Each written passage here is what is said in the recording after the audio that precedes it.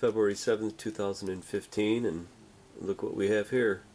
It's a beautiful double flowering variegated Camellia.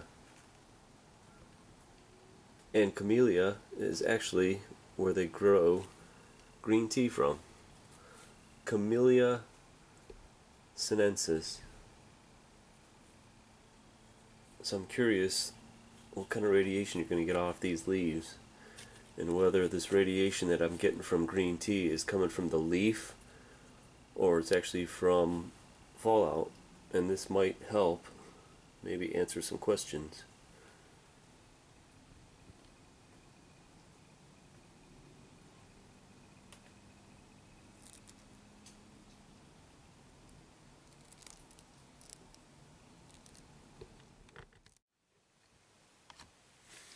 Today's January 7th, 2015, and I am really trying to figure out where radiation may be coming from in green tea.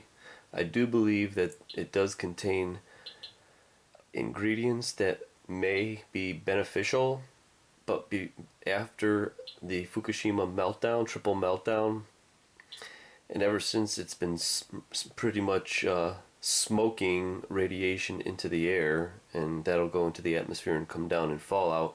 I'm really weary with green tea, and in the past I've been doing a lot of tests and finding radiation in them, but my whole point here is to figure out what compound of the green tea we could still partake in without getting the poisoning from the radiation. So my theory here is this is just a green tea extract. So this is coming in capsules. So I'm doing a test with the Geiger counter to see if radiation is actually coming out of this extract, because this green tea extract actually may be the way to go to get the compounds that you want from the green tea, instead of doing a tea straight from the leaves. Now, I also have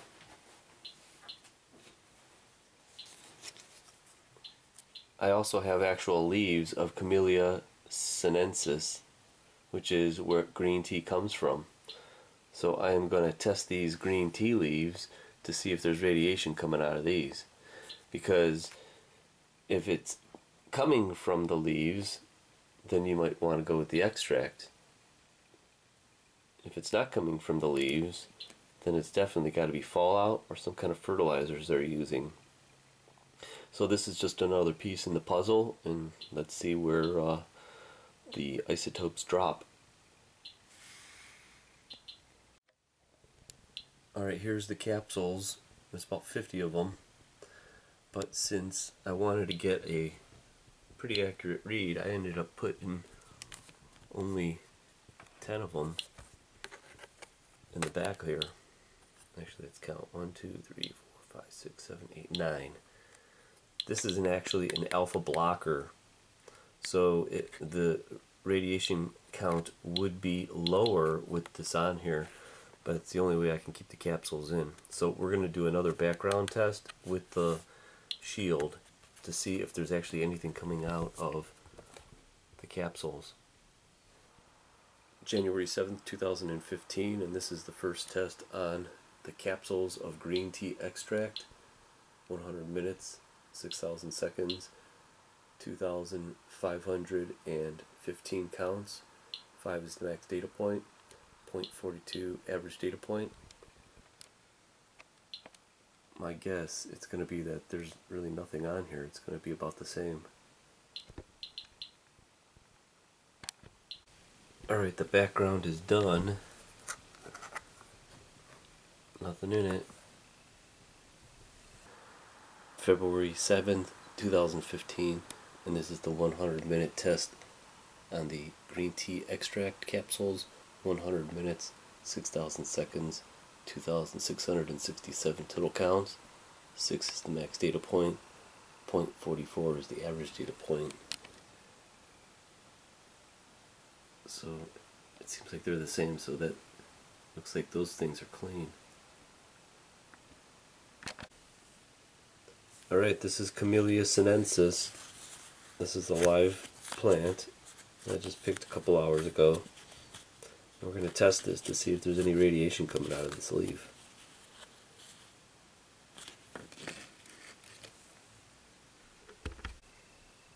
Alright, the test is done. I want to show you how I put that in there.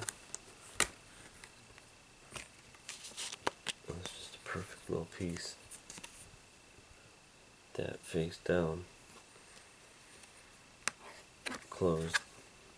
February 7th, 2015, and this is the test on that Camellia leaf. 100 minutes, 6,000 seconds, 2,728. 4 is the max data point. 0.45 is the average data point. So that's pretty low. We'll do a background now. Alright, here's the background reading for the green tea leaves. There's basically nothing in it with the alpha shield down. January 7th, 2015, and here's the background reading for the green tea leaves. 100 minutes, 6,000 seconds, and I got 2,600 total counts. 4 is the max data point. Average data point is 0.43.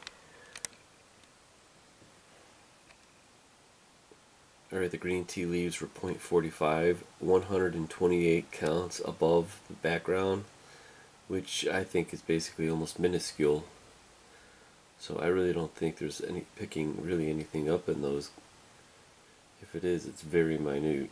Nothing to the like concentrations that you get in dried matcha and all these other green teas. So I'm a little stumped here. I'm going to do 4 leaves or 2 leaves and see if I can get a higher reading on a couple leaves together. Alright, this is the reading for 4 leaves. I jammed 4 of them. 1, 2, 3, 4. Perfectly.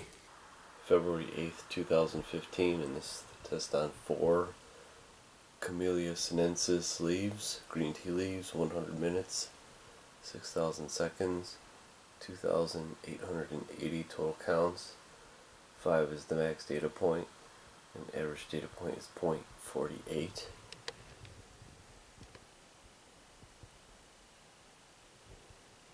And now I'm going to do another background. Doesn't look like there's anything in there. Alright, now this is the background reading for the 4 tea leaves. February 8th, 2015, and this is the background reading for the 4 Camellia leaves, 100 minutes, 6,000 seconds, 2,571 total counts. 4 is the max data point. Average data point is 0.43.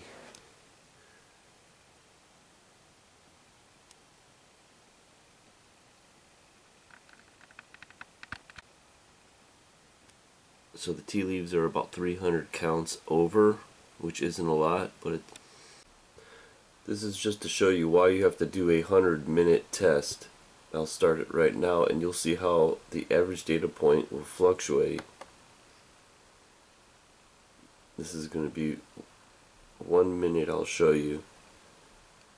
100 minutes, after a while, after about an hour, the average data point is usually the same. That's why it's important to do a long 100-minute test, so it's more accurate.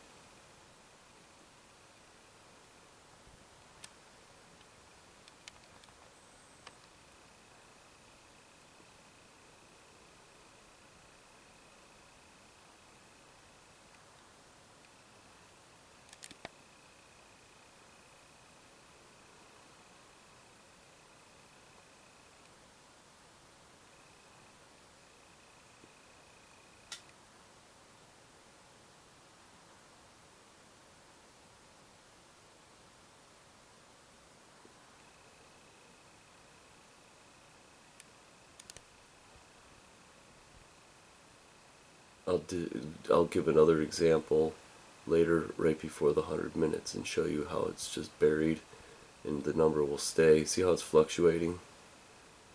For an accurate test, you can't do 30 seconds or a minute or 10 minutes. Need 100 minutes.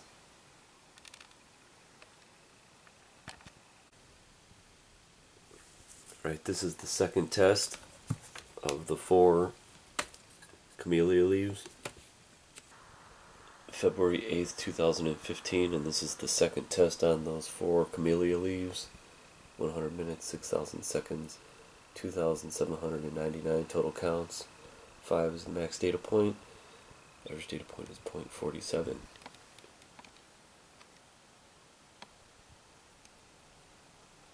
Now for the background. Alright, these are CPMs per second. And this is the reason why you need to do a 100-minute test. See how erratic it is?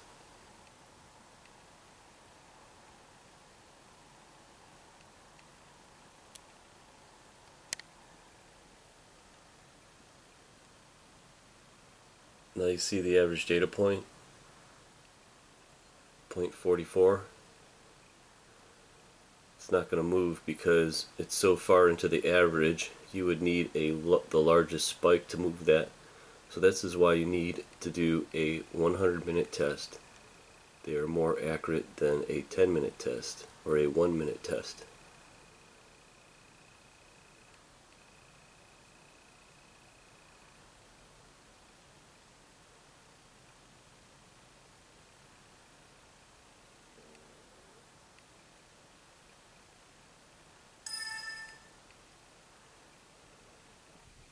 Alright, here's the background for the second round of all 4 tea leaves. Alpha shield in. February 8th, 2015, and this is the 100-minute test for the second round of tea leaves. 100 minutes, 6,000 seconds, 2,634 total counts. 7 max data point, and 0.44 is the average data point.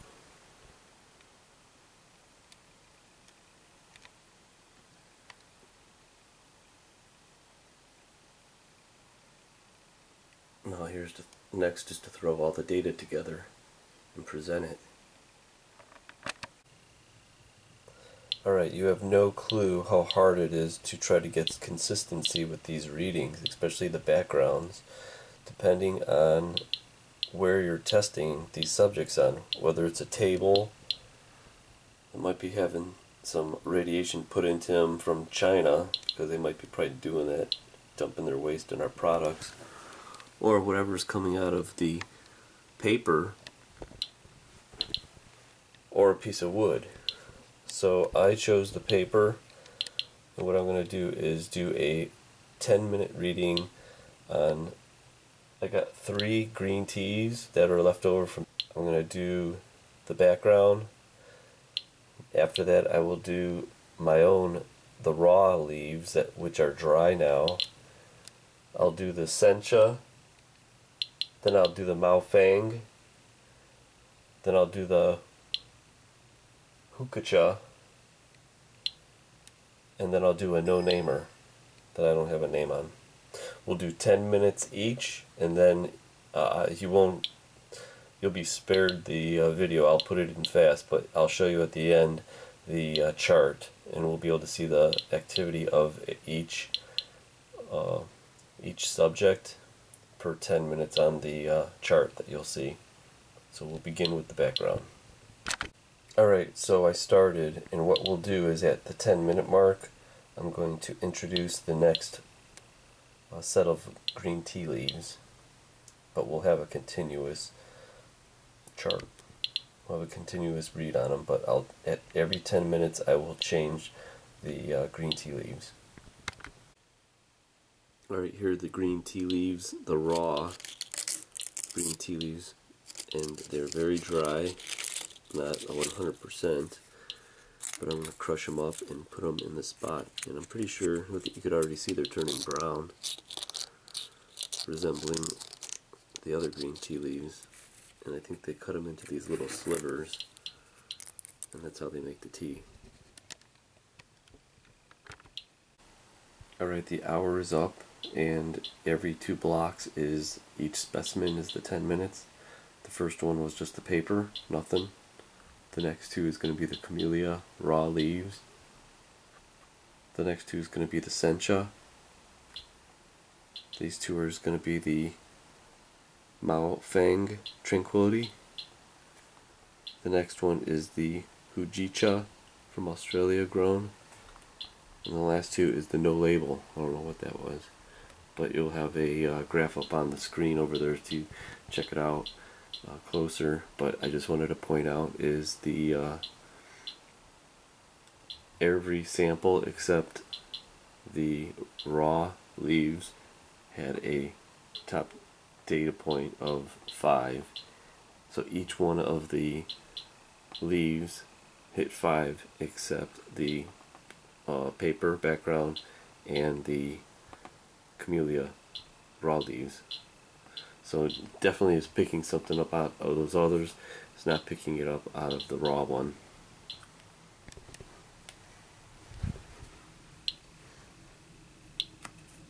Also, I had everything in the same spot to try to get it pretty accurate. And these are the leaves that I used.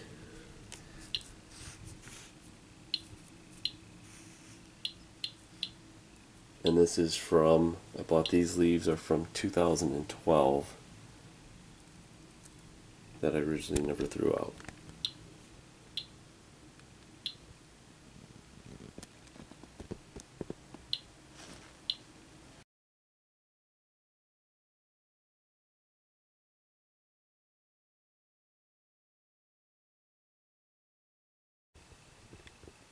Alright, I had to do one last reading with the dried ones.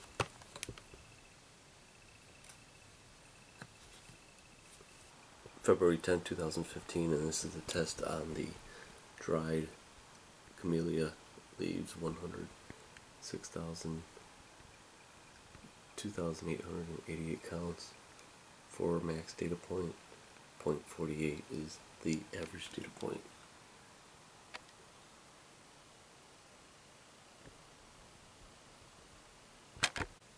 If it's not coming from the leaves, where is it coming from?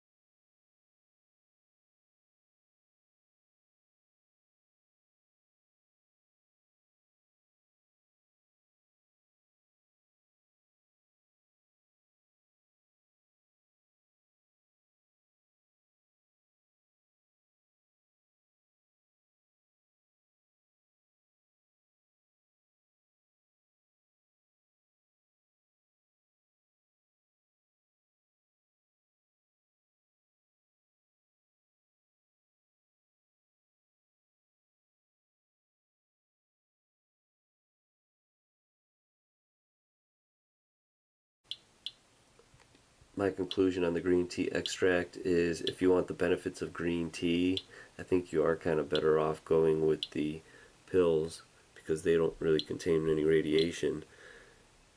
Very little. Raw Camellia sinensis leaves should not contain radiation, but a very minute amounts. If it's more radioactive, that means it's probably coming from fallout or the fertilizer.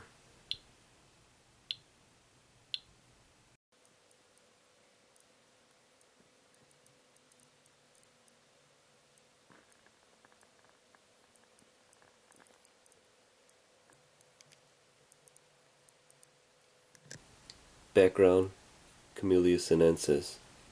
Background, Camellia sinensis. Background, Camellia sinensis. Background, Camellia sinensis.